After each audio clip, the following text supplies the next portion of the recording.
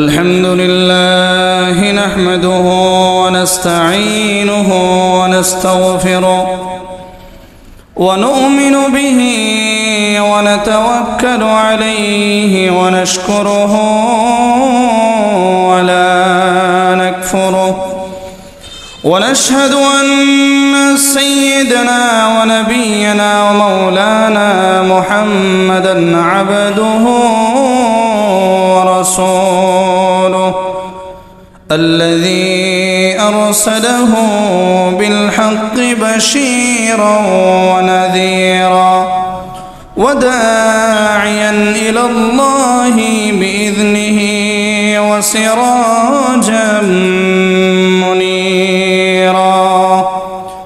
أما بعد فقد قال الله تعالى في شان حبيبه ومحبوبه ومعشوقه آمرا ومخبرا: إن الله وملائكته يصلون على النبي يا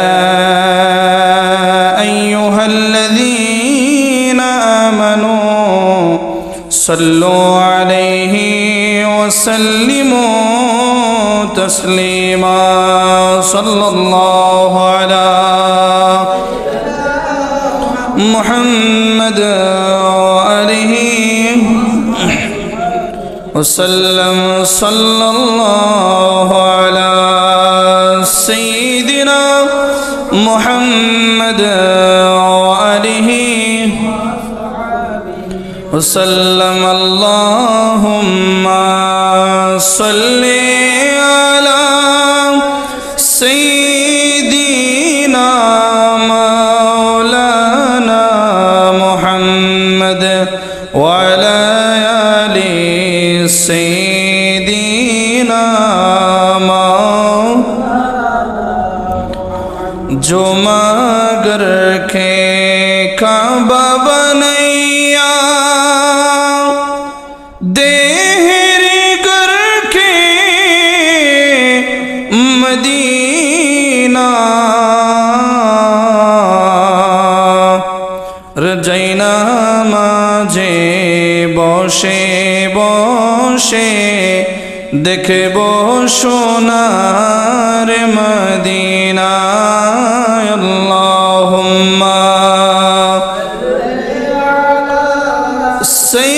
सय्यिदिना मौलाना मुहम्मद वअला आलि सय्यिदिना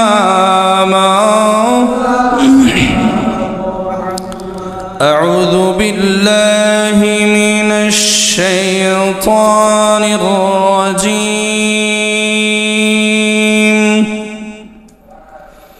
बिस्मिल्लाहिर रहमानिर रहीम।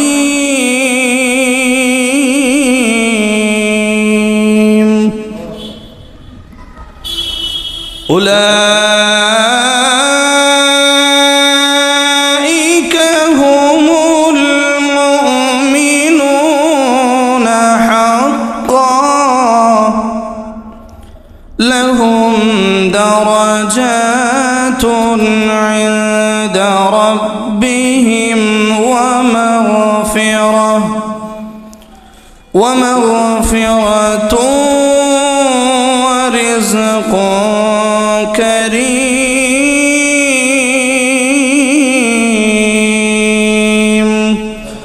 सदक़ल्लाहुल मौलानाल अज़ीम व बल्लगना रसूलुहुन नबियुल हबीबुल करीम।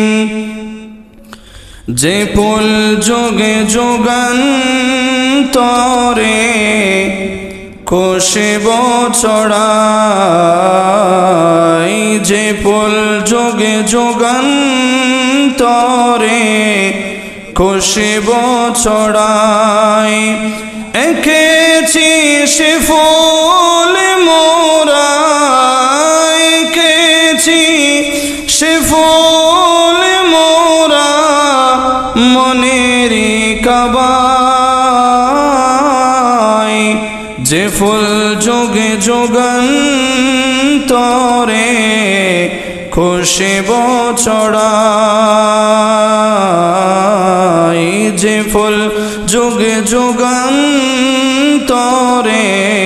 খুশিব ছড়ায় হাবিবে খুদা তিনি নবী কামলি ওয়ালা তাহারি ছোঁয়াতে আজো দুনিয়া উজালা তাহারি বিরহে দো চোখ তাহারি বিরহে দো চোখ অশ্রু জড়ায় যে ফুল যোগে যোগান্তরে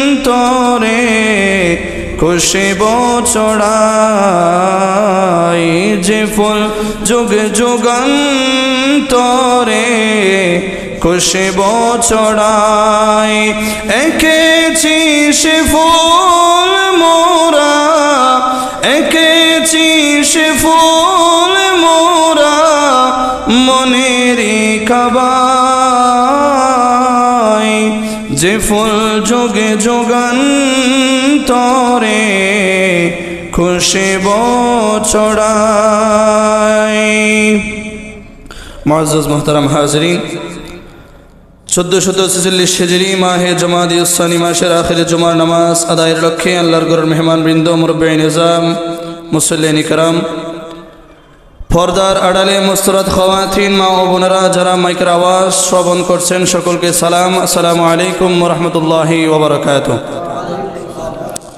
সর্বপ্রথম লাখ কোটি শুকরিয়া জ্ঞাপন করছি মহান সত্তা মহান রব্বুল আলামিনের দরবারে যে মহান রব্বুল আলামিন আমাকে আপনাকে দুনিয়াবী সমস্ত কাজ থেকে বিরত রেখে সাইয়্যিদুল আইয়াম সপ্তাহের শ্রেষ্ঠ দিন বরকতওয়ালা দিন ফজিলতওয়ালা দিন গত জুমা থেকে এই জুমা পর্যন্ত যে রব্বুল আলামিন আমাকে আপনাকে সুস্থ রেখে মসজিদে আসার জন্য তৌফিক দিয়েছেন সেই জন্য কালিমাতুশ শুকুর সকলে অন্তরের অন্তঃস্থল থেকে ঈমানি আওয়াজ নিয়ে একবার বলি আলহামদুলিল্লাহ। সাথে সাথে স্মরণ করছি মহান নবী মায়ার নবী যেই নবী আকা মৌলা তাজদার মদিনা রহমত কে খজিনা নূর ফসিনা তাজদার মদিনা হযরত মুহাম্মদ রাসূলুল্লাহ সাল্লাল্লাহু তাআলা আলাইহি ওয়াসাল্লাম যেই নবীর কারণে মানবতার ধর্ম ইসলাম এসেছে কোরআন পেয়েছি নামাজ পেয়েছি হজ পেয়েছি রোজা পেয়েছি যেই নবী এসেছেন অন্ধকার দূরীভূত হয়ে আলোকিত হয়েছে যেই নবী এসেছেন শান্তি এসেছে ওই নবীর উম্মত হতে পেরে আজকের এই মসজিদ থেকে রব্বুল আলামিন আমাদের সকলের পক্ষ থেকে আকা মৌলা মুহাম্মদ রাসূলুল্লাহ সাল্লাল্লাহু আলাইহি ওয়াসাল্লামের কদমে পাকে লাখ কোটি দরুদ শরীফ বখশিশ করে সকলে বলি আমিন।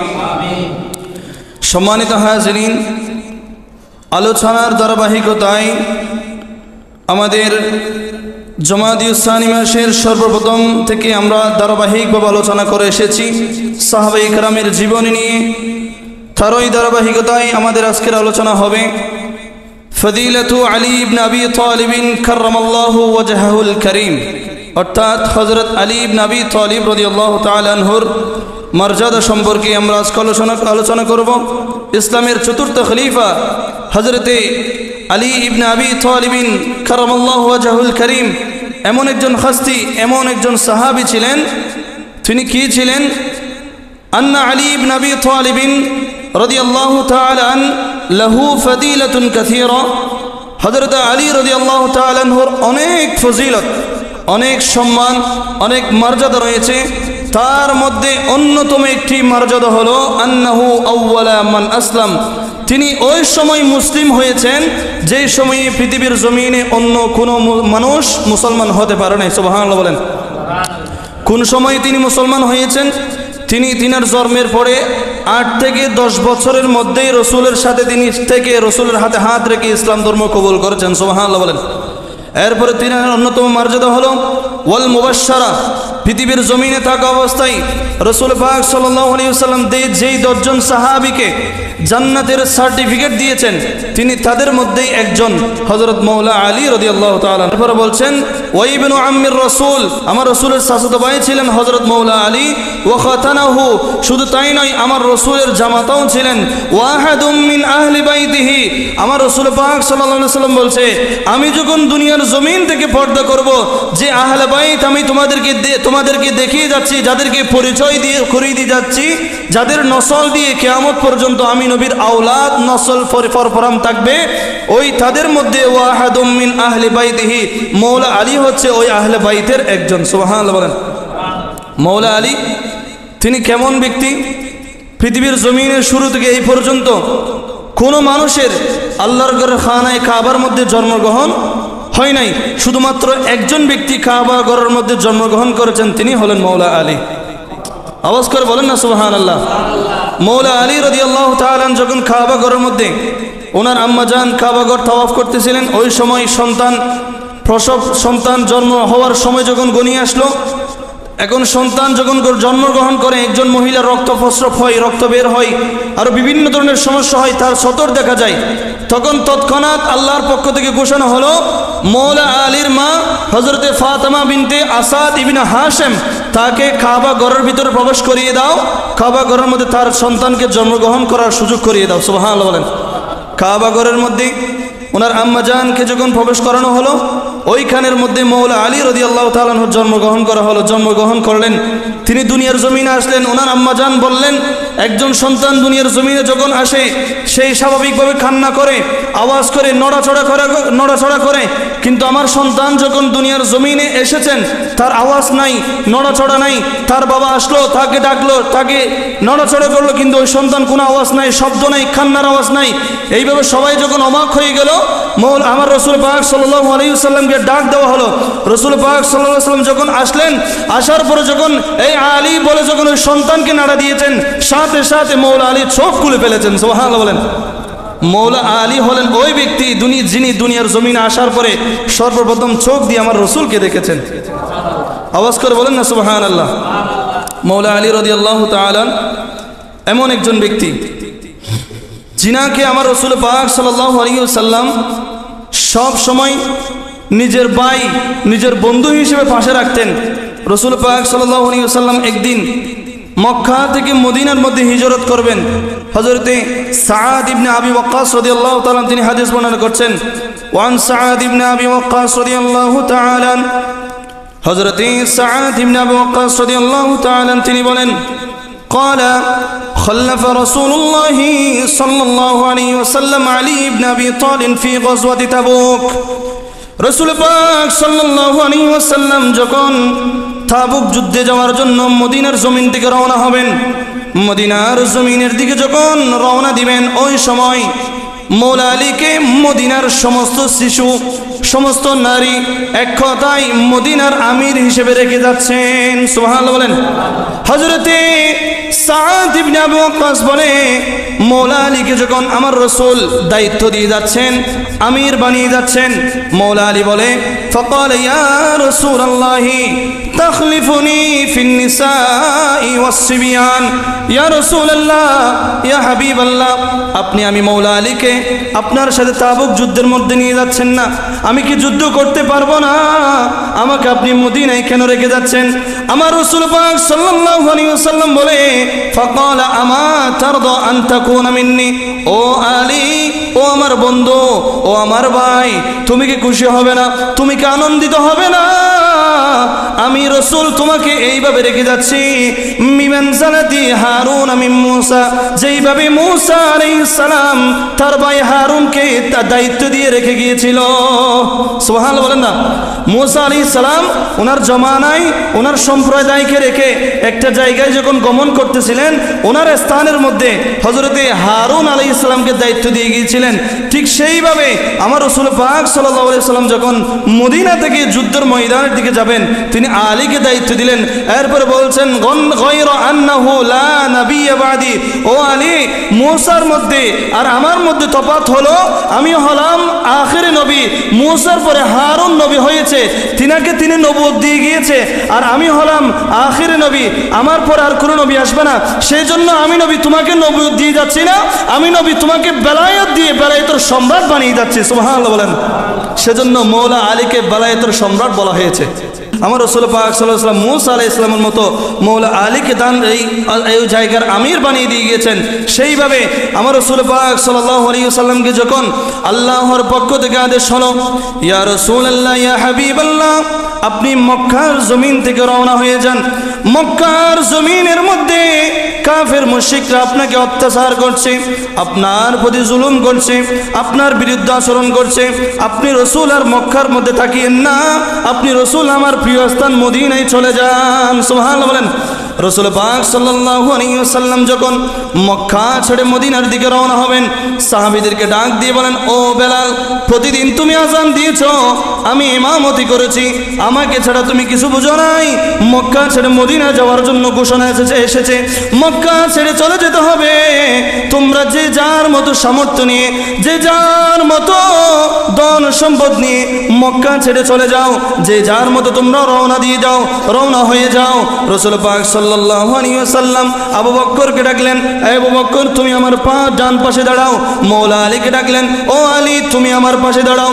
আবু বকরকে ডাক দিয়ে বলে, আবু বকর, আমি যখন মক্কা থেকে হিজরত করব, তুমি আবু বকর আমার সাথে বের হবে, আমার সাথে রওনা দিবে। হযরত মৌলা আলীকে আমার রাসূল পাক এমন ভাবে ভালোবাসতেন, এমন ভাবে বিশ্বাস করতেন, রাসূল পাক সাল্লাল্লাহু আলাইহি ওয়াসাল্লামের কাছে মক্কার যত মানুষেরা যত ধন সম্পদ, যত স্বর্ণ রূপ্য আমানত হিসেবে রাখতে দিয়েছেন, সব কিছু রাসূল খোদা সাল্লাল্লাহু আলাইহি ওয়াসাল্লাম আলীর হাতে তুলে দিয়েছেন। আওয়াজ করে বলেন না সুবহানাল্লাহ। রাসূল পাক সাল্লাল্লাহু আলাইহি ওয়াসাল্লাম যেই দিন মক্কা থেকে হিজরত করবেন, ওই দিন আলী রাদিয়াল্লাহু তাআলা আনহুকে বলছেন, ও আলী, আমি যেই বিছানার মধ্যে ঘুমাই, ওই বিছানার মধ্যে আমার চাদর গায়ে দিয়ে তুমি ঘুমাবে, আজ রাতে তুমি সেইখানের মধ্যে ঘুমাবে। আলী রাদিয়াল্লাহু তাআলা জানতেন ওই স্থান আজকে হত্যার স্থান, ওই স্থানের মধ্যে রাসূলকে হত্যা করা হবে, কাফেররা সেইখানে হত্যা করবে। আলী রাদিয়াল্লাহু তাআলা জানার পরেও রাসূল যেহেতু বলেছেন আমার স্থানে তুমি ঘুমাবে, তারপরে তিনি দ্বিমত করেন নাই। আল্লাহ তাআলা আলীকে বললেন, ও আলী, তুমি ওই বিছানার মধ্যে শুইবে না, কারণ ওই বিছানার মধ্যে আজকে যেই থাকবে তাকে কাফেররা হত্যা করবে, কতল করবে। আলী রাদিয়াল্লাহু তাআলা আনহুকে রাসূল আবার বললেন, ও আলী, আমার বিছানার মধ্যে তুমি শুয়ে থাকো, আমার চাদর মুখে দিয়ে তুমি শুয়ে থাকো, আমি রাসূল তোমাকে বেলায়েত দিয়ে যাচ্ছি। আমার রাসূল পাক সাল্লাল্লাহু আলাইহি ওয়াসাল্লাম এইখানের মধ্যে একটি প্রমাণ হলো, রাসূল বলে যাচ্ছেন, ও আলী, তুমি এইখানের মধ্যে শুয়ে থাকো, আমি এইখান থেকে মদিনায় হিজরত করব, তুমি হিজরত করবে না, মক্কার মধ্যে কেউ থাকবে না, শুধুমাত্র তুমি থাকবে। এখানে আমার কাছে যত আমানত আছে, যত মানুষের ধন সম্পদ আছে, যত মানুষের স্বর্ণ আছে, কাল সকালে তুমি যার জিনিস তাকে বুঝিয়ে দিয়ে মদিনার মধ্যে চলে আসবে। সুবহানাল্লাহ বলেন না। এখানের মধ্যে প্রমাণ হলো আমার রাসূল যে জানতেন যে আলীকে হত্যা করবে না, এটাই হলো রাসূলের ইলমে গায়েবের প্রমাণ যে আলীকে হত্যা করবে না। আলী রাদিয়াল্লাহু তাআলা শুয়ে গেলেন, ওই চাদর মুখে দিয়ে তিনি শুয়ে রইলেন। যেই রাসূল পাক সাল্লাল্লাহু আলাইহি ওয়াসাল্লামের স্থানের মধ্যে কাফের মুশরিকরা আসলো, যেই কাফের মুশরিকরা এসে দেখতে পায় চাদর গায়ে দিয়ে কেউ একজন শুয়ে আছে, সবাই বলাবলি করতে লাগলো, এই অবস্থায় তাকে হত্যা করে দাও। আরেকজন বলছে, না না, একাকে যেহেতু পেয়েছি, তার উপর আমরা যথেষ্ট পরিমাণ অত্যাচার করব, তার উপরে তাকে যথেষ্ট পরিমাণ জুলুম করব, তাকে নির্মমভাবে হত্যা করব। তার মুখ থেকে চাদরটা তুলো। চাদর তুলে দেখলেন সেইখানে মুহাম্মদুর রাসূলুল্লাহ নাই, হযরত আলী শুয়ে আছে। সুবহানাল্লাহ বলেন। রাসূল পাক সাল্লাল্লাহু আলাইহি ওয়াসাল্লাম যখন আলীকে সমস্ত কিছু বুঝিয়ে দিচ্ছেন, আলী রাদিয়াল্লাহু তাআলা রাসূল পাক সাল্লাল্লাহু আলাইহি ওয়াসাল্লামকে প্রশ্ন করলেন, ইয়া রাসূলুল্লাহ, এত স্বর্ণ, এত রূপা, এত আমানত, এত জিনিস আপনার কাছে কোথায় থেকে আসলো? আমার রাসূল পাক সাল্লাল্লাহু আলাইহি ওয়াসাল্লাম বলে, ও আলী শোনো শোনো, আমি যখন দিনের বেলায় রাস্তার মধ্যে বের হই ইসলামের দাওয়াত দেওয়ার জন্য, আমি যখন অলিতে গলিতে মানুষকে ইসলামের দাওয়াত দেওয়ার জন্য বের হই, আমাকে যারা গরম পানি মেরেছে, আমাকে যারা আমার পথের মধ্যে যারা কাঁটা বিছিয়ে দিয়েছে, আমাকে যারা পাথর নিক্ষেপ করেছে, দিনের বেলায় যদিও বা তারা আমাকে কষ্ট দিয়েছে, কিন্তু রাতের বেলায় তাদের ধন সম্পদ আমার কাছে এসে আমানত দিয়ে গিয়েছে।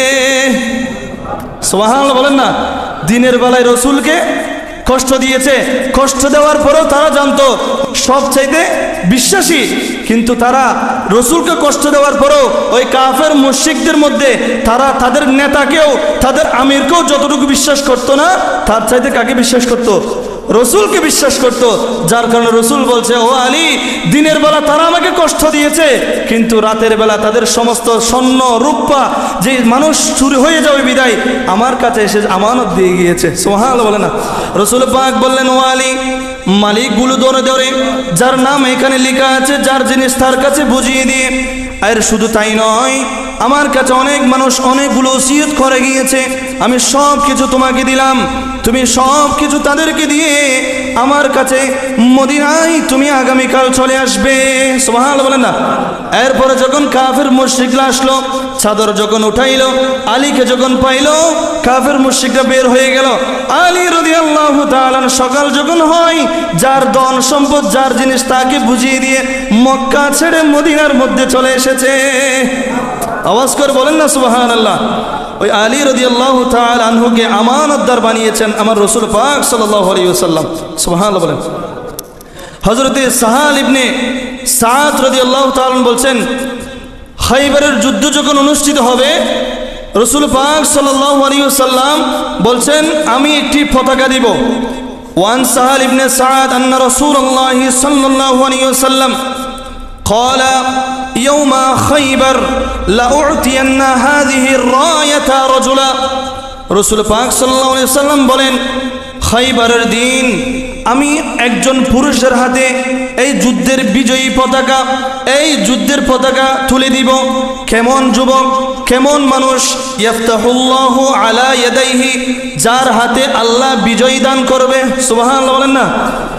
ইউহিব্বুল্লাহ ওয়া রাসূলুহু, যে আল্লাহ এবং রসুলকে ভালোবাসে। এরপর বলছেন, ওয়া ইউহিব্বুহুল্লাহু ওয়া রাসূলুহু, আল্লাহ এবং তার রসুল যেই ব্যক্তিকে ভালোবাসে। সুবহানাল্লাহ বলেন না। রসুল বলছে, আমি এই পতাকা ওই ব্যক্তির হাতে তুলে দিব যার হাত দিয়ে আল্লাহ বিজয় দান করবে এবং যেই ব্যক্তি আল্লাহ এবং রসুলকে ভালোবাসবে। এবং শুধু তাই নয়, ওয়া ইউহিব্বুহুল্লাহু ওয়া রাসূলুহু, আল্লাহ এবং রসুল যাকে ভালোবাসে আমি তার হাতে ওই পতাকা দান করব। তখন সমস্ত সাহাবীরা বলতেন, ক্বালা ফাবাতান নাসু ইয়াযকুরুনা লাইলাতুহুম, সকল ওইখান থেকে চলে গেল। সারা রাত সকলে চিন্তা করতে লাগলো, এই পতাকা কি আমাকে দিবে? আইয়ুহুম আতাহা, মনে হয় আমাকে দিবে, আমি তো আল্লাহ রসুলকে ভালোবাসি, আল্লাহকেও ভালোবাসি, আমার হাতে হয়তো বিজয়ী দান করতে পারে আল্লাহ, হয়তো এই পতাকা আমাকে দিবে, হয়তো এই পতাকা আমার হাতে উঠতে পারে। ক্বালা ফামা আসবাহান নাসু গাদওয়া, সকলে মিলে সকালবেলা আবার রসুলের দরবারে আসলো। সুবহানাল্লাহ বলেন না। পতাকা দেওয়ার দিন, খাইবারের যুদ্ধের দিন, সবাই মিলে রসুলের দরবারে আসলো। সবাইয়ের মনের মধ্যে কল্পনা জল্পনা, হয়তো রসুল যে পতাকা দিবে বিজয়ের পতাকা, ওই পতাকা মনে হয় আমার হাতে দিবে, আমার হাতে দিবে। প্রত্যেকেই মনে মনে চিন্তা করতে লাগলো। চিন্তা কল্পনা জল্পনার শেষ নাই। সকলে রসুলের দরবারে আসলো। রসুল পাক সাল্লাল্লাহু আলাইহি ওয়াসাল্লাম কুল্লুহুম ইয়ারজুনা আইয়াতাহা, পতাকা দেওয়ার জন্য যখন ঘর থেকে বের হলেন, সকলের সামনে আসলেন। ফাকালা আইনা আলী বিন আবি তালিব, রাসূলুল্লাহ সাল্লাল্লাহু আলাইহি ওয়াসাল্লাম ঘর থেকে বের হওয়ার সাথে সাথে বলে, আইনা আলী বিন আবি তালিব, আমার আলী ইবনে আবি তালিব কোথায়? আলাইহি সুবহানাল্লাহ বলেন না। সবাই যখন রসুলের ঘরের সামনে আসলেন, যে রসুল যে বলেছেন এর আগের দিন আমি পতাকা দিব, যে আল্লাহ রসুলকে ভালোবাসে, আল্লাহকে ভালোবাসে, আল্লাহ রসুলও তাকে ভালোবাসে, ওই ব্যক্তিকে আমি কি দিব? পতাকা দিব। সবাই আসলেন। সবাই আসার এখানে একজন উপস্থিত আছে, উনি মৌলা আলী। আল্লাহ রসুল বলছেন আইনা আলী ইবনে আবি তালিব, আলী রাদিয়াল্লাহু তাআলা কোথায়? সকল সাহাবীরা বলে ফাকালু হুয়া ইয়া রাসূলুল্লাহ ইয়াস্তাকি আইনাইহি, ইয়া রাসূলুল্লাহ তিনার চোখের মধ্যে অসুখ হয়েছে, চোখ উঠেছে, যার কারণে তিনি এই মজলিসের মধ্যে কি হয় নাই? উপস্থিত হয় নাই। রসুল বললেন ক্বালা ফাআরসিলু, তোমরা যাও তাকে ডেকে নিয়ে আসো। ইলাইহি ফাউতিয়া বিহি, তাকে যখন রসুলের দরবারে আনলেন, ডেকে আনলেন। ফাবাসাকা রাসূলুল্লাহি সাল্লাল্লাহু আলাইহি ওয়াসাল্লাম ফি আইনাইহি, রাসূল পাক সাল্লাল্লাহু আলাইহি ওয়াসাল্লাম নিজের থুতু মুবারক নিয়ে যখন তার চোখের মধ্যে লাগিয়ে দিলেন, সাথে সাথে তার চোখগুলো ভালো হয়ে গিয়েছে। আওয়াজ করে বলেন না সুবহানাল্লাহ। কেমন ভালো হইল? ওয়াদআ লাহু ফাবারিয়া হাত্তা, ওয়াদআ লাহু ফাবারিয়া হাত্তা, এমন ভাবে তার চোখগুলো সুস্থ হয়ে গেল, ভালো হয়ে গেল। কাআল্লাম ইয়াকুন বিহি, মনে হচ্ছে তার চোখের মধ্যে কোনো রোগ নাই, তার চোখ কখনো অসুস্থ হয় নাই, সুস্থ চোখের চাইতে আরো দ্বিগুণ সুস্থ হয়ে গিয়েছে। আওয়াজ করে বলেন না সুবহানাল্লাহ। কিসের কারণে? রসুলের থুতু মুবারকের কারণে। এটাই হলো আমার রসুল পাক সাল্লাল্লাহু আলাইহি ওয়াসাল্লাম থুতু মুবারকের মুআজিজা। সুবহানাল্লাহ বলেন। এরপর বলছেন ফাআতাহুর রায়া, রসুল পাক সাল্লাল্লাহু আলাইহি ওয়াসাল্লাম আলী রাদিয়াল্লাহু তাআলা আনহুর হাতে ওই ইসলামের পতাকা, খাইবারের যুদ্ধের পতাকা তুলে দিয়েছেন। আওয়াজ করে বলেন না সুবহানাল্লাহ। রসুল পাক সাল্লাল্লাহু আলাইহি ওয়াসাল্লাম কার হাতে ইসলামের পতাকা তুলে দিয়েছেন? বলেন না, কার হাতে ইসলামের পতাকা তুলে দিয়েছেন? হযরত আলী রাদিয়াল্লাহু তাআলা আনহুর হাতে। শুধু তাই নয়, হযরতে আনাস রাদিয়াল্লাহু তাআলা বলছেন আমার রাসূল পাক সাল্লাল্লাহু আলাইহি ওয়াসাল্লামের সামনে একটি বুনা পাখি ছিলেন না, পাখি যেই পাখিগুলো খাওয়া যায়, ওই ধরনের একটি পাখি রাসূল পাক সাল্লাল্লাহু আলাইহি ওয়াসাল্লামের জন্য বুনে, মাছ বুনে না, কথা বলেন না, মাছ বুনে না, তেলে মাছ বুনে না, ওই ধরনের মাছের মধ্যে, এই তেলের মধ্যে ফ্রাই করে বুনা করে রসুল পাক সাল্লাল্লাহু আলাইহি ওয়াসাল্লামের কাছে একজন মহিলা উপহার স্বরূপ পাঠিয়েছেন।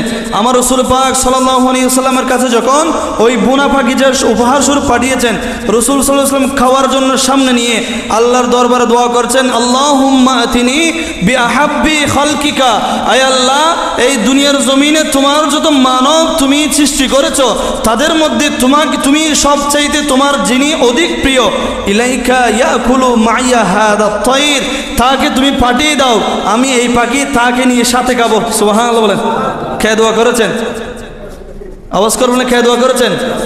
রাসূলুল্লাহ সাল্লাল্লাহু আলাইহি ওয়াসাল্লাম দোয়া করলেন, আয় আল্লাহ পৃথিবীর জমিনে তুমি যত মানুষ সৃষ্টি করেছো, ইলাইকা ইয়াকুলু, তার মধ্যে থেকে যাকে তুমি অধিক ভালোবাসো, তার মধ্যে তোমার যে অধিক প্রিয়, মাইয়া হাদা তাইর, তাকে তুমি আমার কাছে পাঠিয়ে দাও, এই স্থানে পাঠিয়ে দাও, আমি তাকে নিয়ে এই পাখিটি ভক্ষণ করব, আহার করব। এরপর বলছেন ফাজা আলীউন, সাথে সাথে রসুলের দরবারে হযরত আলী এসে গেলেন। আওয়াজ করে বলেন না সুবহানাল্লাহ। রসুল খুদা সাল্লাল্লাহু আলাইহি ওয়াসাল্লাম দোয়া করেছেন, আল্লাহ যেই ব্যক্তি তোমার অধিক প্রিয় তাকে কোথায় পাঠাও? আমার এখানে পাঠাও, আমি তাকে নিয়ে কি খাবো? পাখিটি খাবো। ফাজা আলীউন, সাথে সাথে হযরত আলী রাদিয়াল্লাহু তাআলা ওই স্থানের মধ্যে এসে উপস্থিত হয়ে গেলেন। এরপর বলছেন ফাকালা মাহু, রসুল পাক সাল্লাল্লাহু আলাইহি ওয়াসাল্লাম হযরত আলী রাদিয়াল্লাহু তাআলা আনহুকে সাথে নিয়ে ওই পাখিটি আহার করলেন। আল্লাহর অধিক প্রিয় বান্দা হযরত মৌলা আলী ঘোষণা দিয়েছেন কে? আল্লাহ। কথা বলেন, কে ঘোষণা দিয়েছেন? ওই আলী রাদিয়াল্লাহু তাআলা আল্লাহর অধিক প্রিয় বান্দা হওয়ার কারণে ওনার হাতে, ওনার কদমে, ওনার কলবে, ওনার চোখে, সমস্ত শরীরের অঙ্গ প্রত্যঙ্গে কারামত দিয়েছেন। তিনি কে? আওয়াজ করবেন না, তিনি কে? ফুরাত নদী, যেটা সকলেই জানেন মনে হয়। ফুরাত নদী নামক একটা নদী আছে। ওই নদীর মধ্যে পানি এমনভাবে বেড়ে গিয়েছে, ওই নদীর চতুর্পাশে যারা চাষ করত, ক্ষেত খামার করত, তাদের জন্য বড়ই ক্ষতির অবস্থা। যে পানির কারণে ক্ষেত খামার নষ্ট হয়ে যাচ্ছে। তারা সকলেই মিলে হযরত মৌলা আলীর কাছে গেলেন।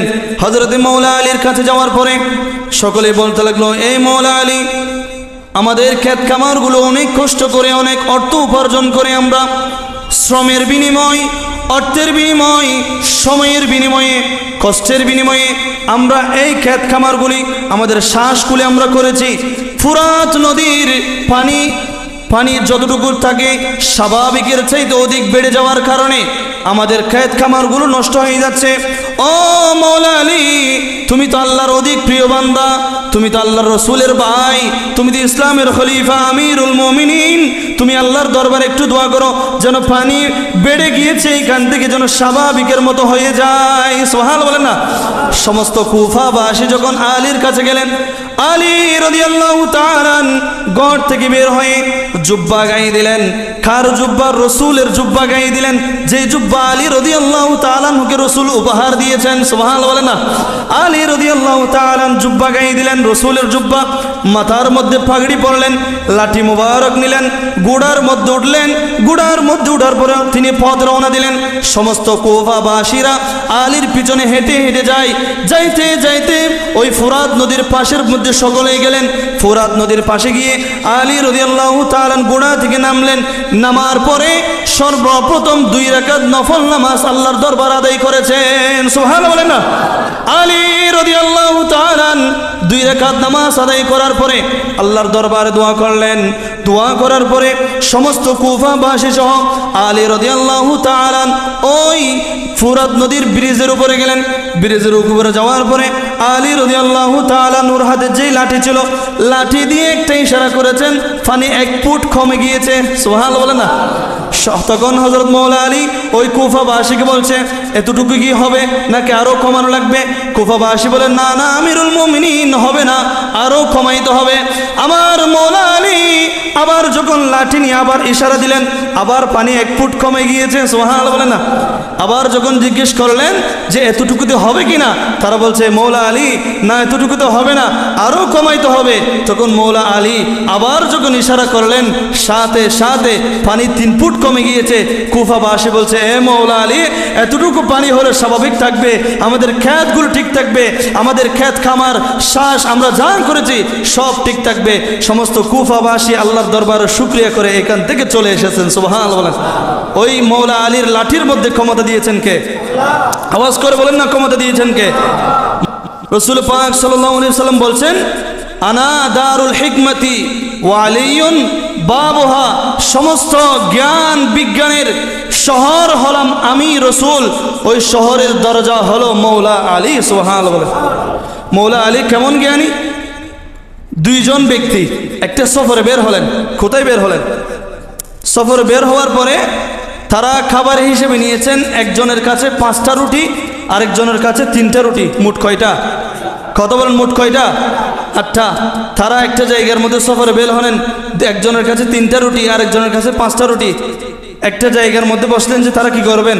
নাস্তা করবেন বা এক ধরনের খাবার খাবেন, যেই রুটিগুলো খাবেন। তখন তাদের সামনে অজানা একজন ব্যক্তি এসে উপস্থিত হয়ে গিয়েছে। সুবহানাল্লাহ বলেন। এখন তো আমাদের ঘরের দরজায় যদি কেউ আসে, আমরা খাবার খেতে বসেছি, ঘরের দরজায় একটা ফকির আসলো, একটা গরিব মানুষ আসলো, আমরা দরজাটা কি করি? শক্ত করে লাগিয়ে দেই। ওই আল্লাহ রসুলের সাহাবীরা কেমন দয়ালু ছিলেন তারা দেখেন, তারা খাবার নিয়েছেন কয়টা? 3টা আর 5টা। তারা খাবার খাইতে বসলেন, অজানা একজন ব্যক্তি এখানে এসে উপস্থিত হলো। তখন তারা তাকেও ডাকলো, তিনিও তাদের সাথে কি করলেন? খাইতে বসলেন। এখন রুটি ছিল কয়টা? 8টা। তাদের সাথে তিনিও খাইলেন। মানুষ হয়ে গেল কয়জন? কত বলেন? হয়ে গেল কয়জন? 3 জন। সবাই মিলে রুটিগুলো খাইলো। খাওয়ার পরে যখন চলে যাচ্ছে, ওই ব্যক্তি যিনি অচেনা ব্যক্তি, তিনি তাদেরকে 8 দিরহাম দিয়ে গেলেন যে তোমরা এই 8 দিরহাম তোমরা 2 জনের মধ্যে ভাগ করে নিও। সুবহানাল্লাহ বলেন। ওই অজানা ব্যক্তি তাদের সাথে নাস্তা করলেন। যাওয়ার সময় তাদেরকে 8 দিরহাম দিয়ে গেল যে তোমরা তোমাদের মধ্যে এগুলো কি করে নিবা? ভাগ করে নিবা। এখন ভাগ করার তিনি চলে গেলেন। ভাগ করার সময় যে ফার্স্টটা রুটি যার কাছে ছিল, তিনি বলছে তুমি নিবা 3 দিরহাম, আমি নিব 5 দিরহাম। ওই 3টা রুটিওয়ালা বলছে, না, এটা কেমন হবে? যেহেতু একসাথে নাস্তা করেছি, অর্ধেক ভাগ হবে। তুমি 4 দিরহাম নিবে, আমি কয় দিরহাম নিব? কত বলে না? কয় দিরহাম নিব? 4 দিরহাম। একজনের সাথে আরেকজনের সাথে মিলে না, বাড়াবাড়ি হয়ে গেল। তাদের সাথে আপোষ হয় না, একজনে আপোষ আসে না। তারা বলছে তোমার আর আমার সাথে হবে না, চলো আমরা দুজনে মিলে মওলা আলীর দরবারে যাই। সুবহানাল্লাহ বলেন। তারা 2 জনে মিলে হযরত আলী রাদিয়াল্লাহু তাআলা আনহুর কাছে গেলেন। হযরত মওলা আলীকে বলছেন, এই হযরত মৌলা আলী আমিরুল মুমিনিন, আমরা এইভাবে আমার কাছে 3টা রুটি ছিল, ওনার কাছে 5টা রুটি ছিল। আমাদের সাথে আরেকজন ব্যক্তি এসে ভাগ করে আমরা সবাই একসাথে খেয়েছি।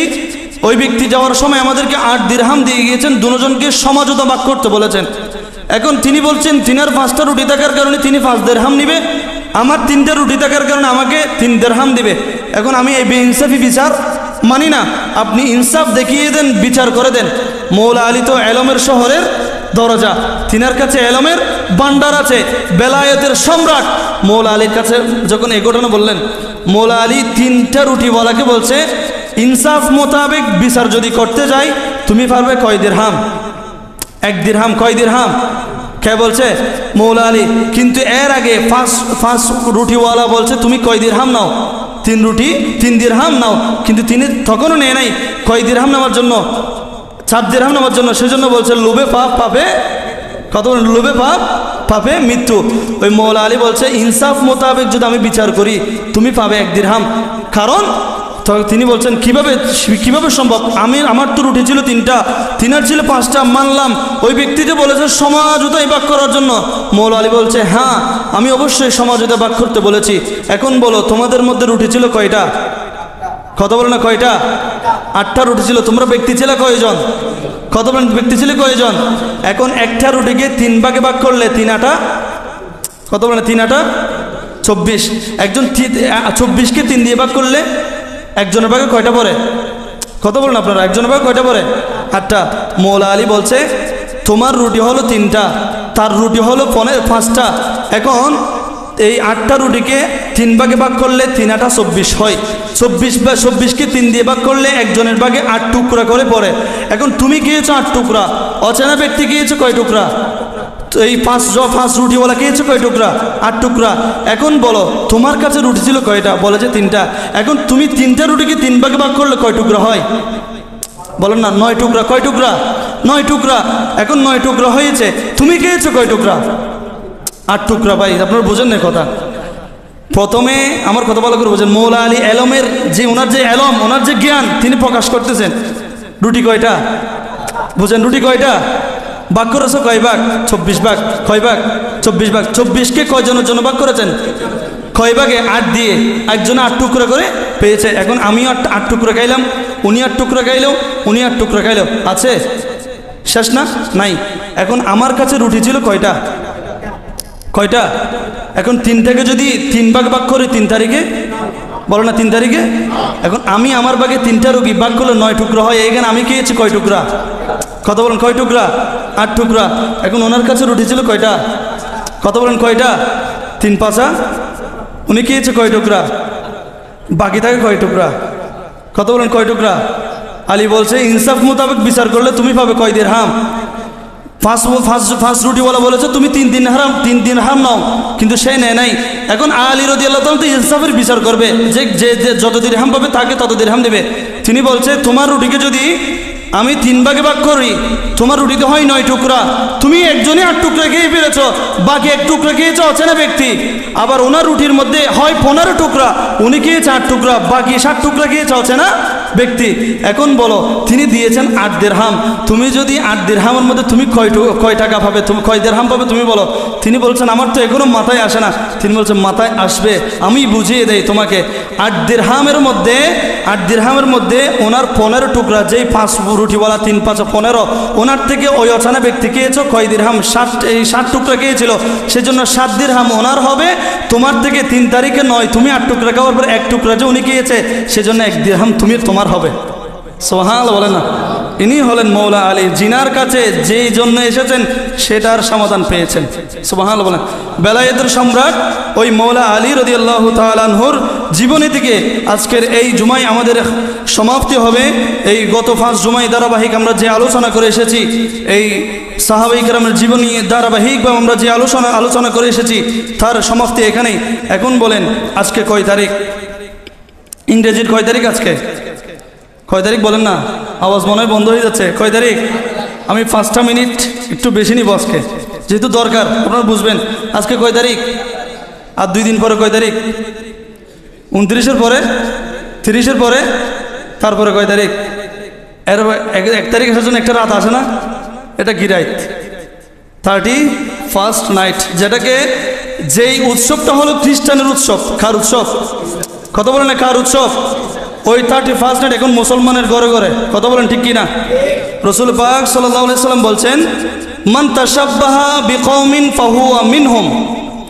যেই ব্যক্তি কোন সম্প্রদায়ের উৎসবকে ফলো করবে, কোন সম্প্রদায়ের উৎসবকে নিজের উৎসব মনে করবে, আমি রাসূল বলে দিলাম ফাহুয়া মিনহুম, ওই ব্যক্তি আর এই সম্প্রদায়ের থাকবে না।